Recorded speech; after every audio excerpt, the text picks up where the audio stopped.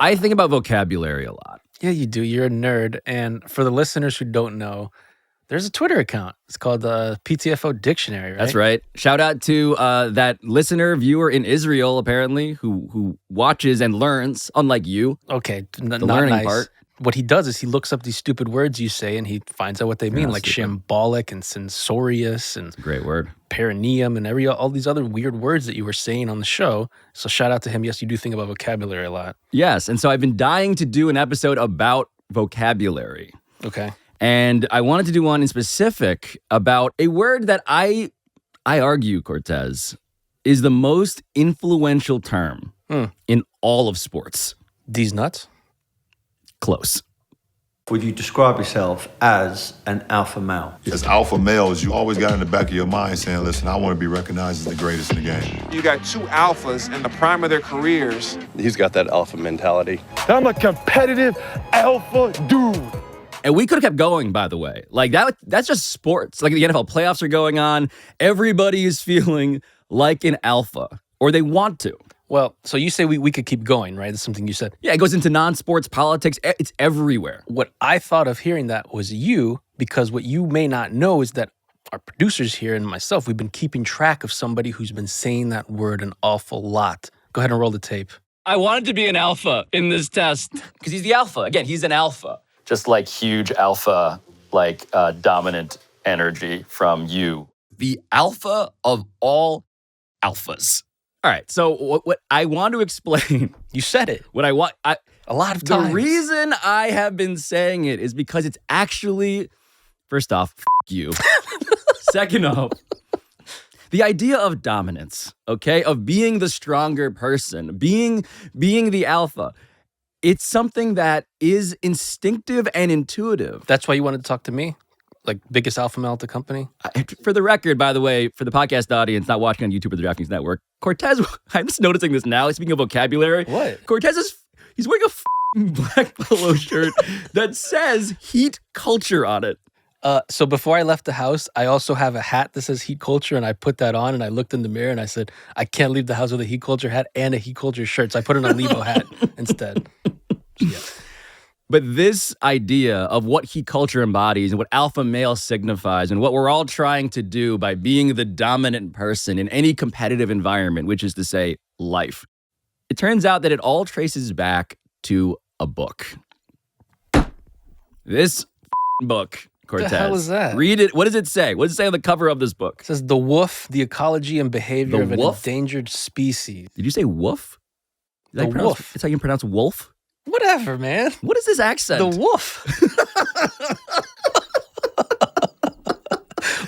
That's how you say wolf, the ecology and behavior of an endangered species. Hold on. It's spelled W-O-L-F. That's wolf. If the way you're pronouncing it is like timber wolf, that's a wolf. Oh my God. L-V-E. You went to college. FAU, a good college, allegedly. Let me see that for a second. Okay, that book is of a weird size, and it's substantial. Why is the font so big, bro? Look at this. This is insane. It's like a textbook size. It is a large fonted book with a large idea at the center of it. When was that book written? It was published 1970. Okay. The author is L. David Meach. What does L stand for? I don't know. Loser. Okay. Stop trying to out-alpha the alpha book guy. The point is, this gentleman, L. David Meach, is the foremost wolf researcher on the planet. Okay. And so this book, I have been fascinated by it and reading it. Yes, it's large letters because look at these. There are wolf diagrams in it. Figure 13. Start reading. Yeah, go ahead. Expressive positions of the wolf's tail. And there's a picture of a wolf with its tail sticking straight up in the air. And it says, self-confidence in social intercourse. That's what it looks like when a wolf is feeling self-confident in social intercourse. This is a book about wolf sex? Well, yeah, actually, it is. Figure 14, presentation and withdrawal of the anal parts. I mean, why do you have that? Why do you have that bookmark? You just saw that. You were like, I love this page. I wolf-eared it. The page. Dominant wolf in rear is presenting his anal area and is exerting control over the anal parts of the subordinate, who is withdrawing his anal region. So this is science. This book, okay, the most influential, most cited part, though, is the part that establishes the idea of the alpha wolf. This is where it comes from. This tome, this thing that spread out across America and the world to inform what it means to be dominant, to be masculine, to be the alpha male. And the issue with this book and its research is that part is wrong. It's wrong? It is completely wrong, according to the guy who wrote the book himself. Huh. And the problem has been, for decades now, that nobody will listen to him. So you're going to listen to him? Well, I'm going to listen to the guy we sent to listen to him. Who did you send to listen to him? The resident alpha in our office. So you sent me? That doesn't make sense, though. I would have known about this. As much as your polo shirt suggests that you are both an alpha and also the manager of the worst Radio Shack in America, there is someone Stop laughing, even producers. more Jesus alpha Christ, than I can hear you. you through the soundproof glass. and he's waiting on the other side of the soundproof glass. Very good.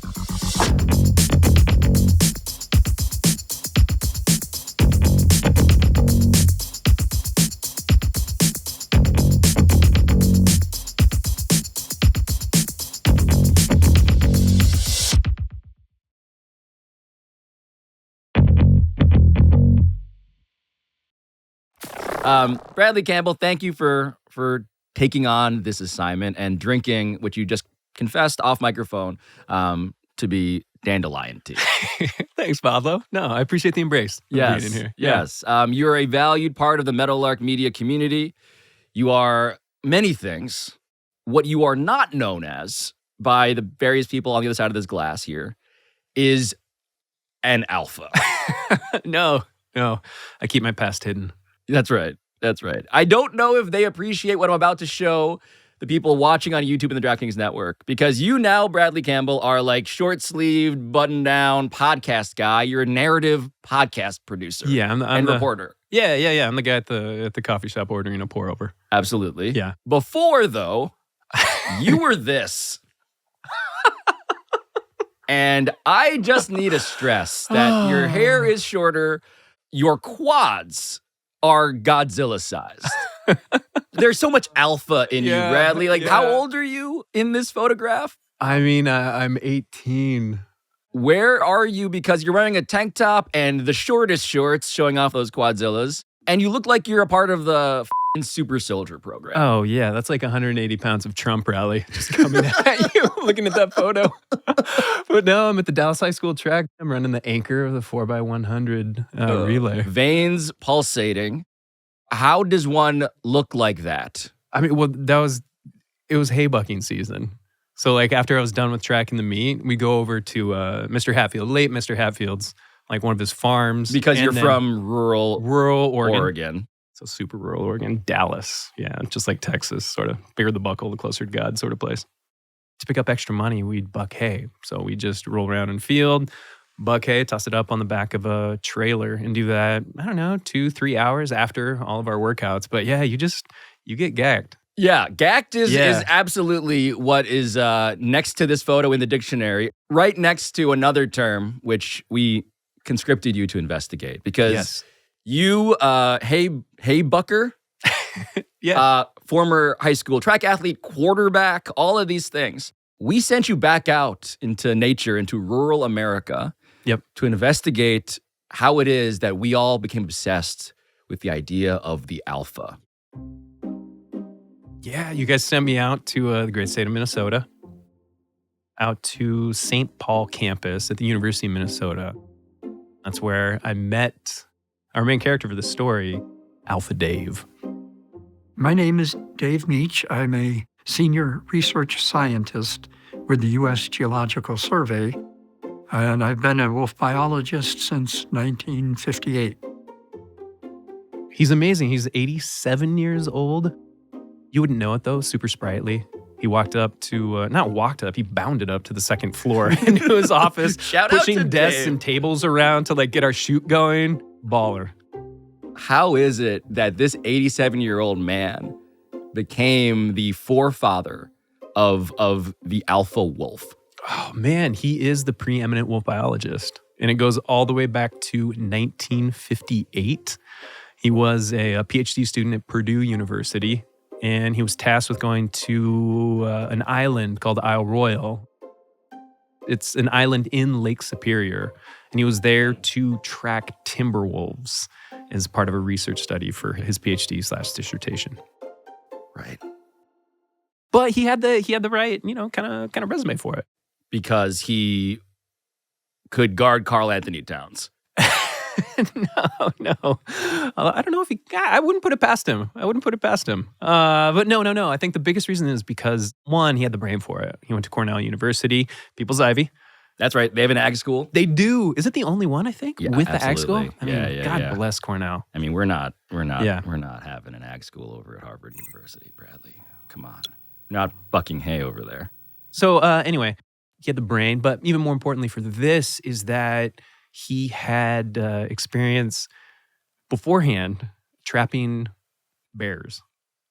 Trapping bears. Yeah. So he would go out into the woods, had a whole method for how to stalk bears in order to tag them. And this is before the era of dart pistols and dart rifles. So how is this man wrangling a bear before the advent of all the technologies that I would assume one would use to trap a bear? You've seen Looney Tunes, right? Of course. Like the old school traps?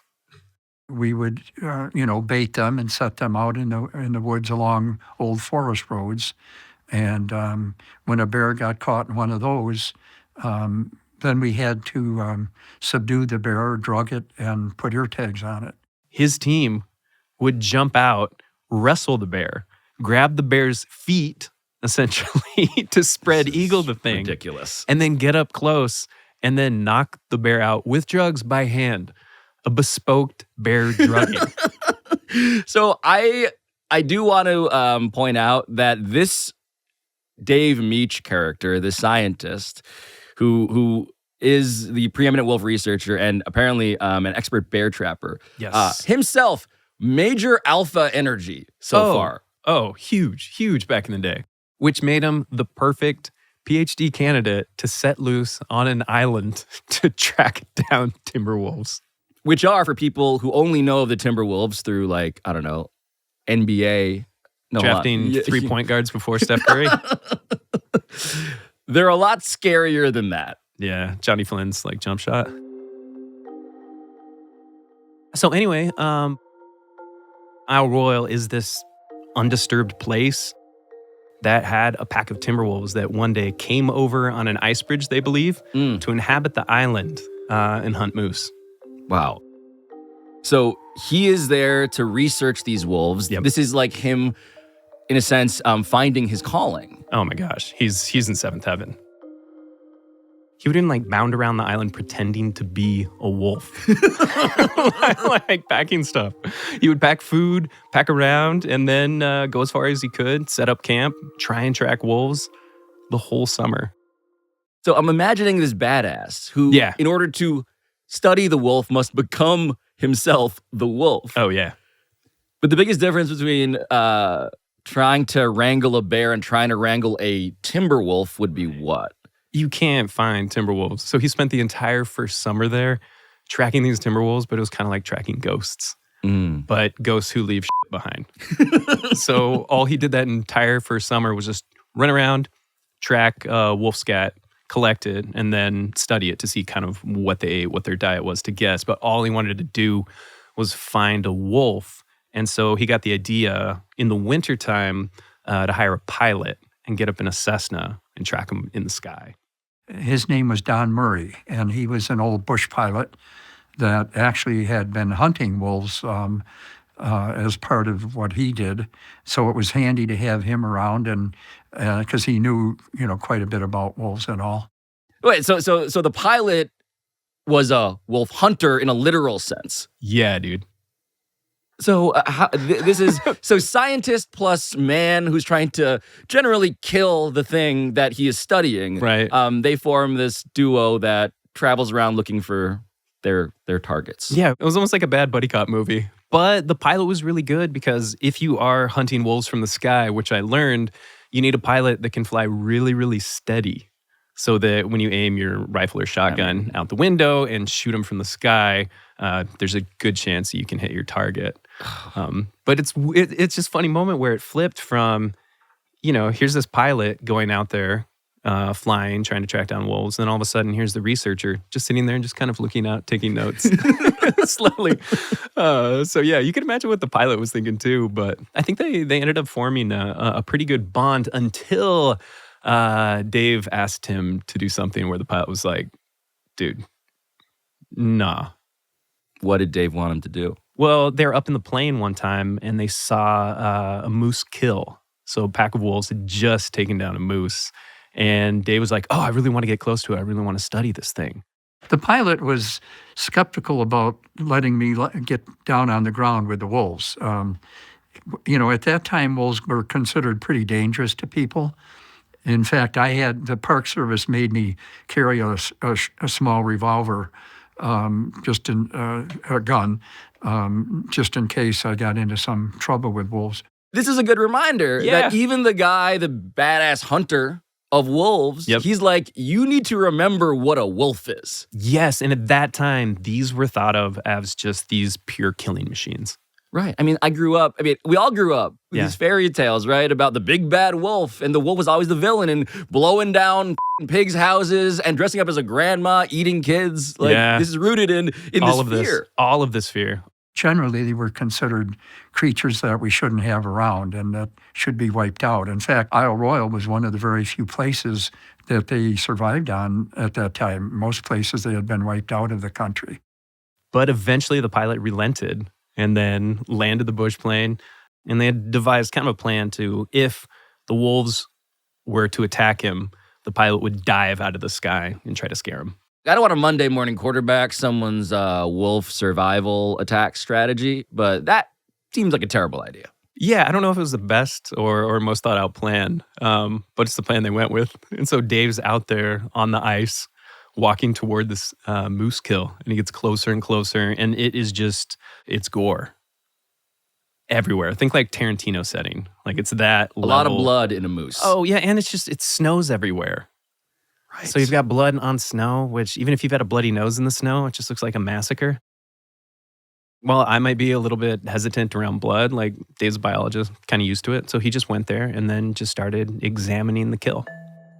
Suddenly, the plane started coming in low and kind of diving the trees a little bit. And I thought, maybe the wolves are coming back. And I looked up, and here were two wolves charging towards me, maybe 100, 150 feet away or so. Then I realized that maybe I was in a little trouble. And I wondered, should I film these wolves coming towards me or should I grab the pistol? This is when I'm yelling at the screen during the horror movie. Dave, there's an obvious choice here. Fuck the science. Pull the gun. Yeah. What are you doing? Yeah, the guy was scared. The wolves, like we said, they were thought of as killing machines. And he's sitting there with these two options, and it's just going through his head. Are these killing machines or are these something else? I decided to grab the pistol. I had the camera in one hand, and I grabbed my pistol, and as I pulled it out, the wolves saw me move, and that startled them, and they stopped, turned around, and ran away. And then I felt kind of foolish because actually they were afraid of me. And that was the last time that he ever packed a gun. He actually thought that it would be more dangerous just to have a gun on him as he was hiking throughout the island than to just walk around in the wild with timber wolves around him. So Dave, his eyes are opened for the first time as to actually these nightmare creatures are more complicated than it might actually seem. Yeah, definitely. And also in that moment, he realized that he made a mistake. He's a scientist. Yeah. And so he regretted the instinct to be a hunter. I think in that moment, he realized that he made a mistake. And Dave's the guy that owns up to his mistakes and is like, it's okay. If you correct them, it'll be all right. But later on, he would understand that there are some mistakes that no matter how hard you try, you can't correct them. Right. And so Dave Meach, this true believer, this man who has his eyes open now for the first time really to what wolves might really be, he's confronting this mistake that brings us directly to this book that's been sitting on this desk. So this book, titled again, The Wolf, originally published 1970. This, Bradley, is the text that Dave Meach brought down from this mountaintop. And it was where and how the alpha wolf concept took off. Like, this is where we trace it to. Yeah. Research. Totally. I mean, even at the start of the recent national championship game between Michigan and University of Washington, they were talking about how Jim Harbaugh likes to play videos of predators hunting to his team to get them fired up. And he says the most like lethal set of predators are a pack of wolves hunting. The perfect fighting unit to me is a pack of wolves, a wolf pack. And you see them gathered together, before the fight. You see them together going to the fight. You see them together in the fight. You see them celebrating after the fight. And Right. it's just like, nah. A descendant, though, of this book. Like, that is the through line, right? Yeah, or people that never read the book. So what did the book actually say? Well, the big thing in the book is that Dave wanted to write things that were right. What he had to do was he had to review all the other literature about wolves that was out there. Famous one was out by a German behaviorist named Rudolf Schenkel. And this guy had studied wolves in captivity, and he was really interested in this thing called pack dynamics. But to make his pack to study in captivity, then Schenkel just grabbed a bunch of wolves from different zoos and threw them all together into an enclosure and considered that a wolf pack. The idea was that all the wolves were together and just thrown together in some random group. And then there would be a fight, a competition, a battle in order to get to that top spot. And once they reached that top spot through aggression, through dominance, through just pure... ass kicking. Ass kicking, hay bucking. They would be called the alpha. And so Dave looked at this previous research and realized that it actually matched up to what he witnessed on Isle Royale. There was always one dog that was the lead dog and subordinates behind it. So he was like, oh, okay, it must just be the alpha. This is just kind of how things work. The alpha dominates the others. Completely. They saw it in captivity in Germany with the study. Yeah. And now Dave is seeing this on Isle Royale. Actually, the quote, in competitive situations, dominance takes the form of privilege. The dominant animals showing the initiative and claiming whatever is desired. There it is. Yeah. I can imagine. So this book comes out again in 1970. Yeah. Just the way that so many finance bros must have felt so justified in this description of my privilege comes from my dominance. Oh, yeah. And you can imagine finance bros love it too, because like the alpha wolf actually walks with his tail up so other wolves can sniff its ass. Oh, yeah. I mean, anytime you can biologically justify butt sniffing. Oh, Wall Street loves that. Oh, they love that stuff. They love that stuff. But by the way, so too, broadly, did like America, did people in the marketplace for books. Like this thing took off. It did. I think this one's like the 5th printing. This one, I think, is from 1987. Yep. This is printing number 5, which means that it gets bought and sold over and over and over and over again across the world. And all sorts of schools everywhere, even in small town Dallas, Oregon, that little rural town that I come from. 4th grade, we were learning all about wolves, and a lot of it came from that book. No, it's an actual sensation that informs and influences scientific thinking, trickles down all the way to little Bradley Campbell. Yep. Can't wait to get those muscles pumping in honor of the alpha wolf Firewood isn't going to split itself. And it cements every instinct, I suppose, we have about, this villain in all of these fairy tales, the big bad wolf. Yeah, it was essentially True Squatter, the whole thing. But within this book, while most all of it is correct, there was one major problem. This massive error about alphas. And it's one that took Dave about 30 years to fix.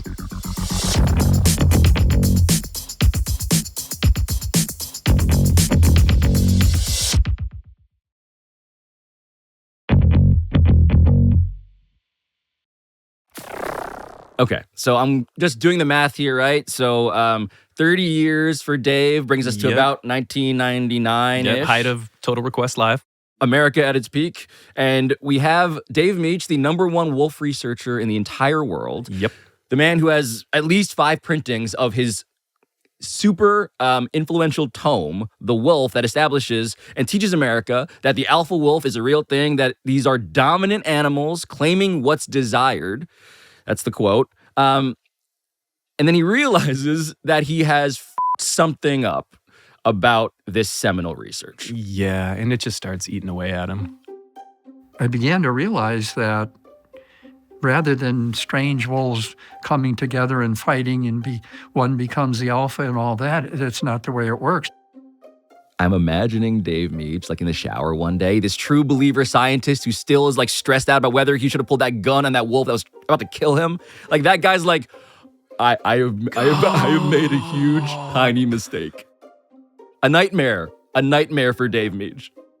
So there's no fighting or great competition to become the top member of that group, the dominant one, but rather it just happens naturally. And therefore the term alpha does not really apply, because the term alpha implies that there was a fight, a battle, a challenge, a competition to get to the top. And with wolves, that's not what happens. It's just a matter of, just like humans, a male and female mating and having offspring. Oh God, it just hits him again and again. And he continues to do research and continues to bolster this fact. I mean, he just realized it's not just a bunch of random wolves coming together, but it's just a family. That's it. It's a family. And honestly, he said it relates a lot to a human family, where it's like they raise their kids, then their kids grow up, then they go off and they find a mate and they make families of their own.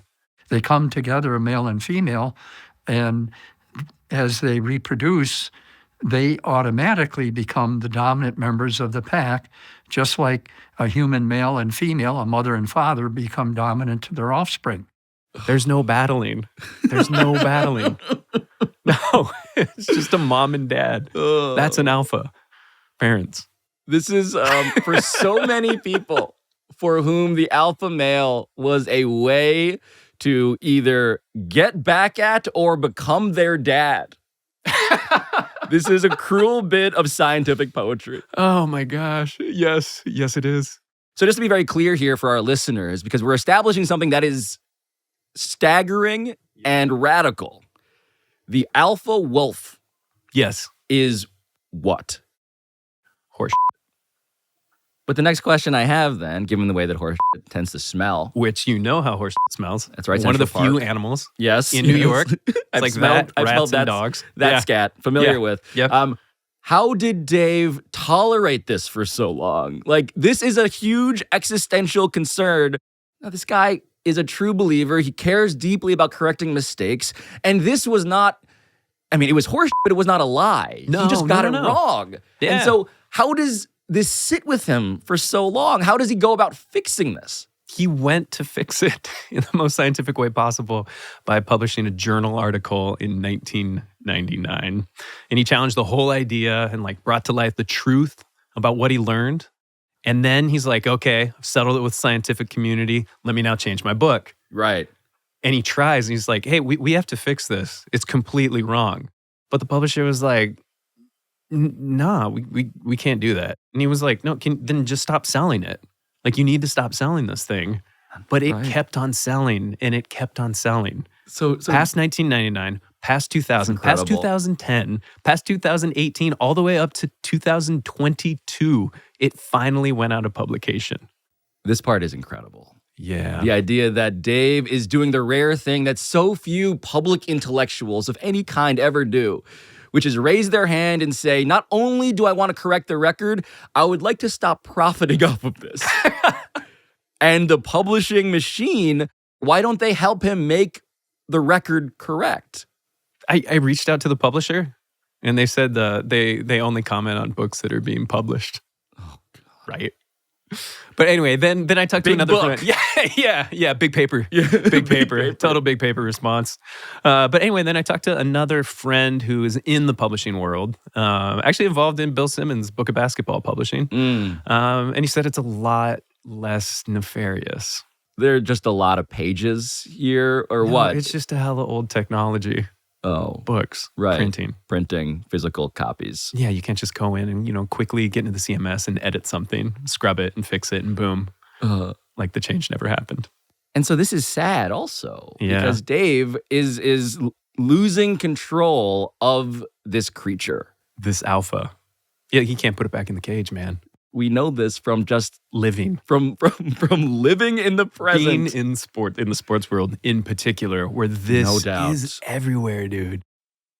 Oh, it's LeBron James who can't stop referencing alphas. He's talking about how Anthony Davis needs to be an alpha. To be able to get, a young, hungry, alpha male to go out there and just do the things that he do.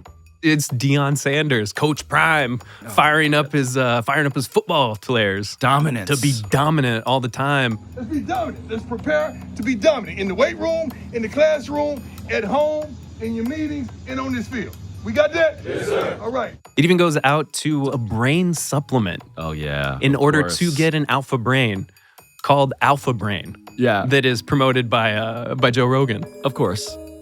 If I go to a UFC and I don't have Alpha Brain, I panic. I take it before every podcast. I even oftentimes take it on the air just to let people know, I really take this. Look, I gotta admit here, Joe Rogan doesn't bother me. He does some good interviews, like his one with Rick Rubin. Okay, solid, fine. Yes. solid interviewing. I'm not here to put Joe Rogan on trial. My old alpha is like, hey Joe, how you doing? We can talk about squats. about chokeholds. I do, though, want to speak to the person who was actually on trial, who also embodies this whole alpha scheme. He's the one that took it all the way off the rails. This dude, Andrew Tate. If you guys want to know what it's like to be an alpha male, I think Andrew exemplifies this more than just about anyone I know, because he just does whatever the fuck he wants. He says whatever the fuck he wants, and he gets whatever the fuck he wants. And that, in my definition, is what an alpha male is. He turned this into a quasi-religion. Yes. Called Tateism. These are the 41 tenets I believe in. I believe that men have the divine imperative to become as capable, powerful, and competent as possible in this life. I believe that a man's life is difficult, and he has a sacred duty to become strong to handle such difficulty. I believe that men have the sacred duty to approach everything in life from a position of strength. So this is where I have to point out, if you're not familiar, if you are in fact blessedly unfamiliar with Andrew Tate and his oeuvre, this is the dude who got arrested in Romania. Prosecutors in Romania have filed formal charges against the controversial influencer Andrew Tate, his brother Tristan, and 2 Romanian associates. The charges include rape, human trafficking, and forming an organised crime group. And those trials, that whole legal proceeding is still unfolding now. But that's the guy who took this lineage, the lineage of the alpha wolf, and built a whole business on it, an allegedly criminal business that, let's be honest about this, that is more popular than any of us would like to admit. The whole alpha brain, alpha male, alpha wolf industrial complex, it's clearly speaking to something that men, at least, are deeply sort of searching for. Yeah, I guess to get real for a moment. Please. It's just guys like me die of suicide in the U.S. at the highest rate. White guys, middle-aged. And I guess in order to cope with it, you want to reach for a philosophy that's easy to understand. Right. We keep on looking to animals for our... There's a purity toward animals. And if you actually go and you see a wolf, or you're actually any wild animal up close, it's like, oh, that's pure. How they live is just perfect, and it's easy, and they seem at ease, and they just are full of just innate confidence that we don't have. It is strength, but also it is an uncomplicated vision of strength. Seemingly. But man, when you're close to an apex predator, it's just it's powerful. And so I think a lot of people that are going toward this this way of living, I guess, they just want something simple to be that salve within their lives. and allow them to not think about all the complexities, Right. just to go out and fucking dominate. And so I just want to spell all of this out for the audience here. The thing that has been eating away at America, this psychological desire to be strong, to be an alpha, to be the wolf, to be this alpha male, that's all been premised on a scientific misunderstanding. Like, none of it is actually true. Well, kinda. What? And I'll get. Bradley, I guess I'll get to that in a sec. What have we been doing here this entire time?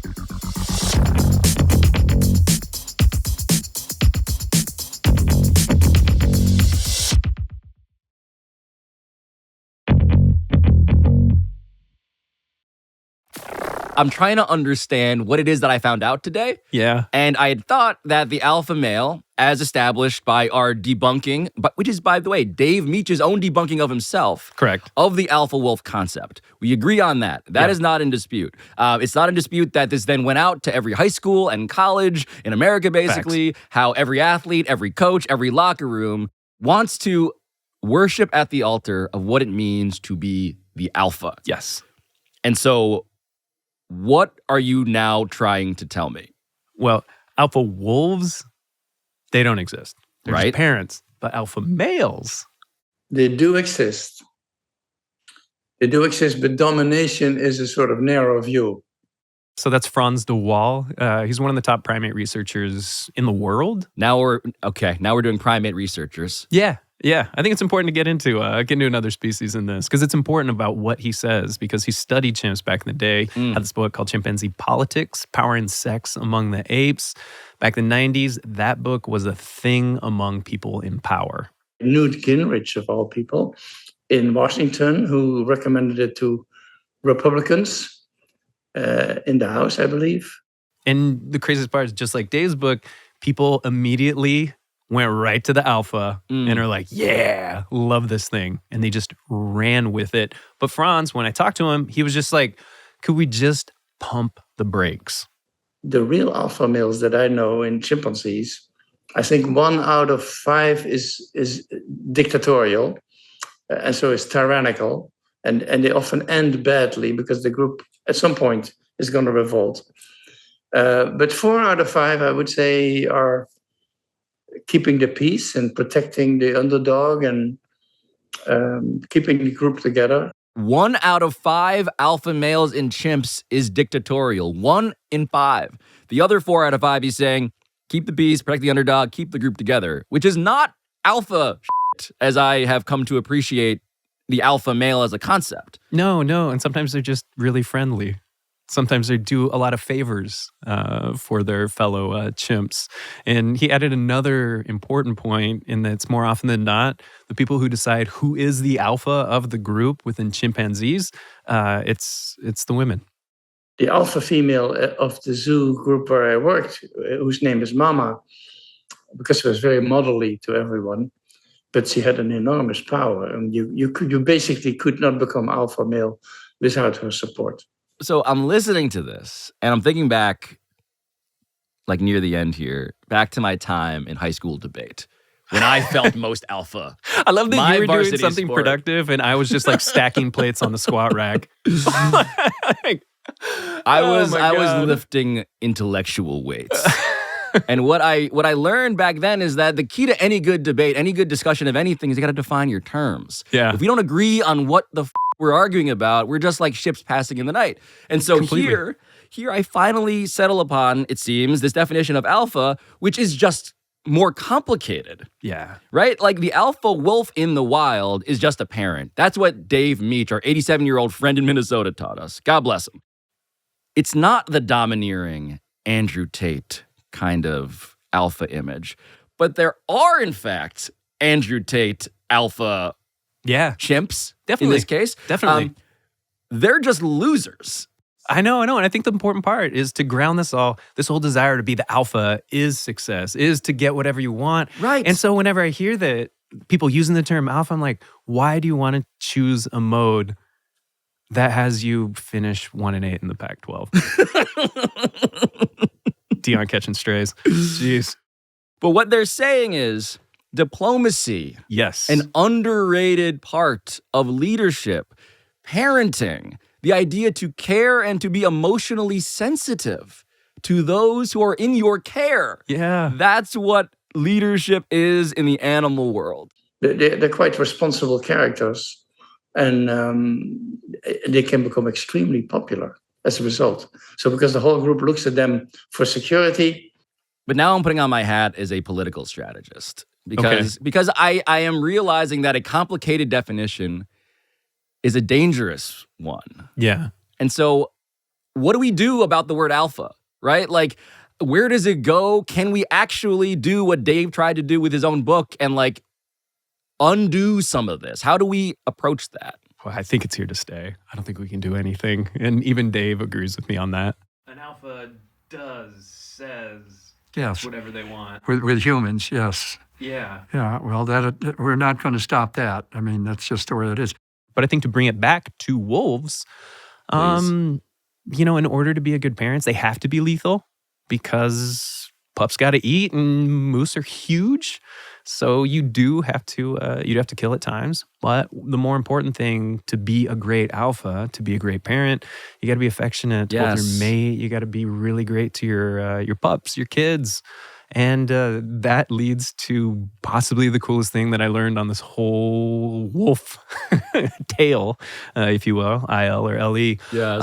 That is that wolves hug. Wait, so you mean they physically, literally hug each other? Yep. Actually putting their arms around each other's neck. I published a whole paper on wolves hugging each other. Sometimes lie side by side, where one will put its front paws around the neck of the other, and I've seen them doing it this way as well, where they actually hug. And I don't see that a lot, or haven't seen it a lot, but seen it enough to know that it does exist, yeah. I love this so much, man. It's great, right? I feel like the only thing, what I found out today, okay, is that there is only one more thing left for clearly two alphas as properly defined I think to so. do. Yeah. Here, wait. I mean, Bud Light on the table. Oh, that's some good. Oh, yeah. And bring it in, man. And yeah. Let's do this. Yeah. Oh, keeping the cans on. Oh. Oh, you're so... How are you still so strong? Pilates.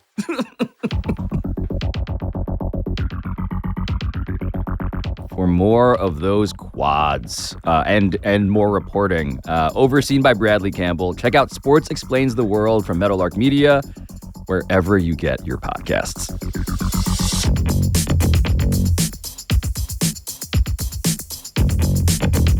This has been Pablo Torre Finds Out, a Meadowlark Media production. And I'll talk to you next time.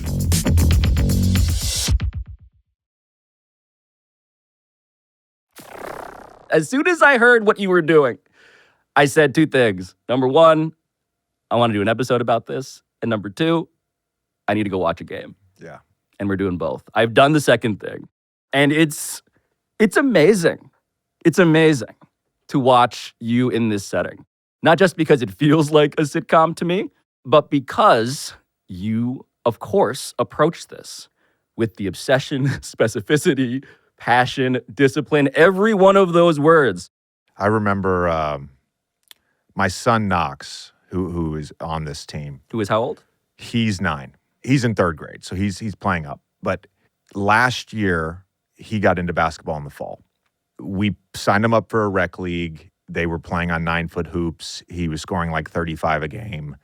And we were like, this is probably not good for him, right? Inflated sense of confidence. So we figured out, we had gotten sort of this word of mouth buzz about this Brooklyn Basketball Academy, and they were doing travel teams. And so I reached out to Gio, who's a young guy from Georgia, came over to the United States the to play. country of Georgia. Came over to the United States to play college basketball.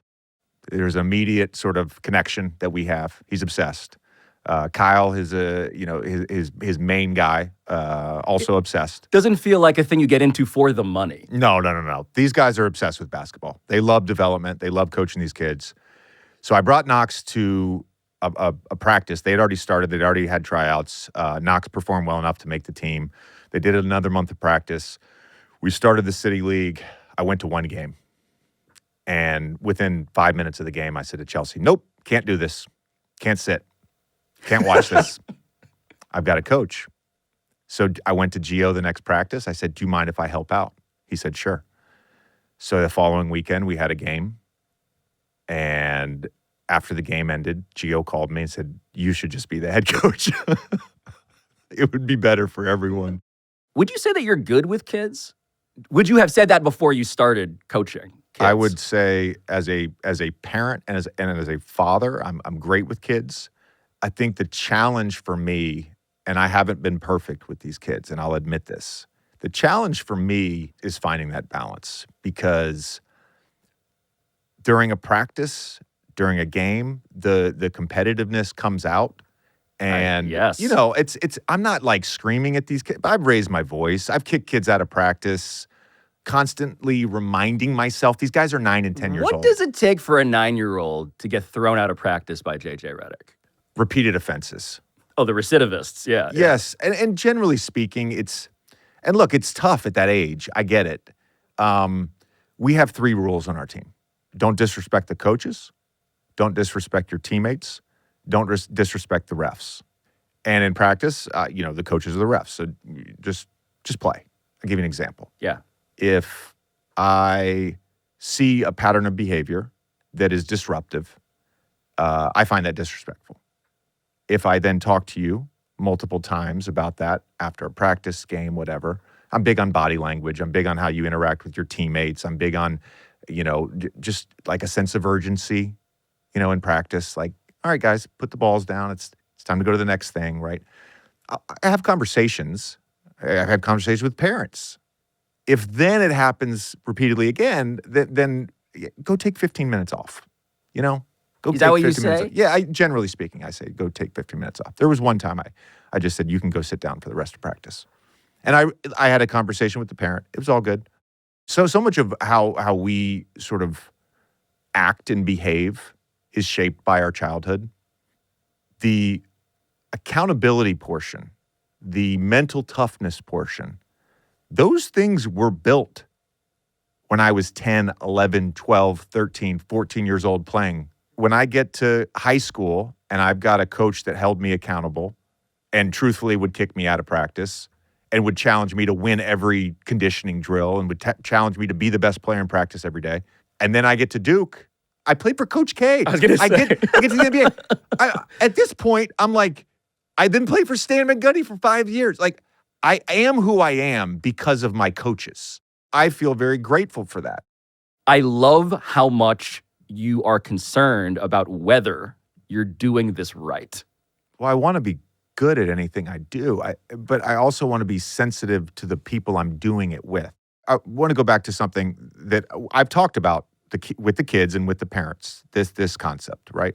So last year, we were talking about growth as a player and why we play the way we do and my hope for what growth looks like, where they understand basketball concepts. And so my hope is when these kids are 12 or 13 years old, you don't have to call a play. They can get into a dribble handoff, swing the ball, get right into a step-up pick and roll, replace that, baseline drive, baseline drift, right? That's what we work on so that we can get to that. So we're having this conversation last year, and I'm saying, if you guys continue to do this and you understand basketball, you're going to be so far ahead of the curve. Forget all the development stuff we work on, the ball handling and the shooting and the passing, right? The concepts of basketball, you're going to be ahead of the curve. And I said to them, I hope you all want to play high school basketball. I hope you all have aspirations to play in college. And every single one of the kids raised their hand and they said, we're going to play in the NBA. I'm going to play in the NBA, right? It's a crazy dream. I had that crazy dream. I hope I get some kids, I get to coach kids that play in the NBA. So that's one part of it. The other part of it is they're playing on a travel team. This is not a rec league that everybody signed up for. This is a travel team, which you earned the right to be on this team. You tried out for this team. You earned the right? I think there should be a general expectation that you're going to try to get better and you're going to be competitive. Yeah, this is not you teaching phys ed. Yes, exactly. How do we find that balance of making it fun and also competitive?